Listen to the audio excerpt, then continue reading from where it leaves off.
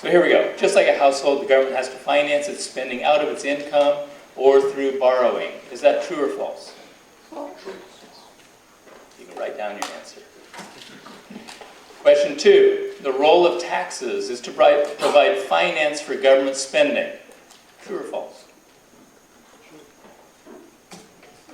The national government borrows money from the private sector to finance the budget deficit. True or false? You're going to get a lot of these wrong.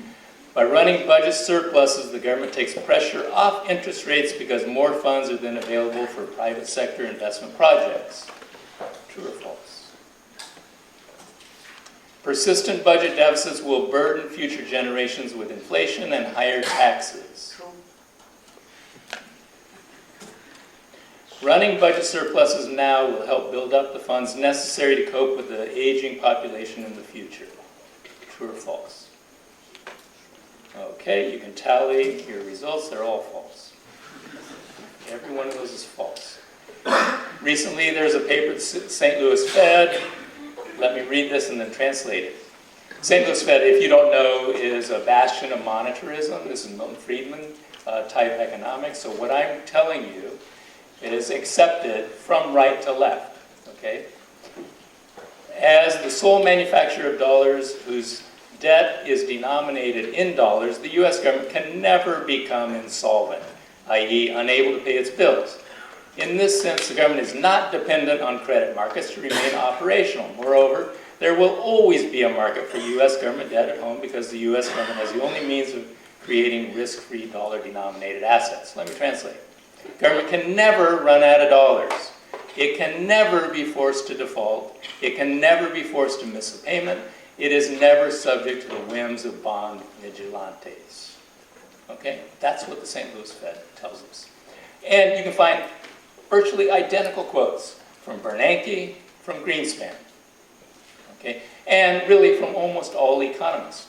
When President Obama tells you we're running out of money, that the piggy bank is empty, that is just not true.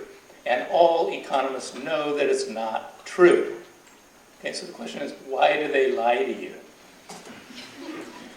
There's a nice little video by Blaug in which he interviews Paul Samuelson. I won't read this long thing. You can see the PowerPoint later. He says, there's an element of truth in the superstition that the budget must be balanced. He says it all times, but then later on, he talks about over longer periods of time. He likens it to an old-fashioned religion used to scare people, okay? So that they will behave in a particular way. He says, we have taken away a belief in the intrinsic necessity of balancing the budget, if not every year, then over a short period of time. If Prime Minister Gladstone came back to life, he would say, uh-oh, what have you done? And James Buchanan argues in those terms. I have to say, I see merit in that view. So he likens it to a superstition, an old-time religion. Okay? We have to do this because we have a fear that our elected representatives will spend without limit. And so we make up this lie that the federal government is like a U.S. household. You hear this all the time in the debates about the budget. The U.S. government is like a household. That is not true.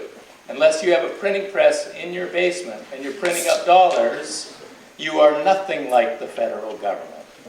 The federal government creates money as it spends. So the framework that I'm working from, called Modern Money, will use modern money to answer these sorts of questions. What is money?